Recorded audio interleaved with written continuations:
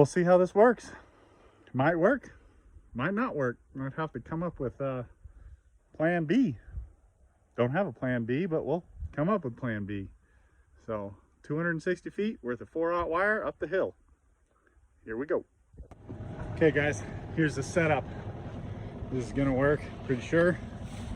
We've got excavator, chain, 2-inch piece of pipe, spool of wire, hooked to skid loader, half hitched with a strap, some duct tape on there just to hold the half hitch. I don't know if you guys know what a half hitch is, but just a way of rigging a strap up to hold, get a good bite.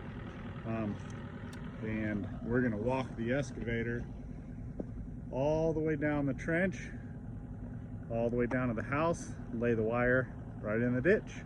So let's see if it works. Here we go.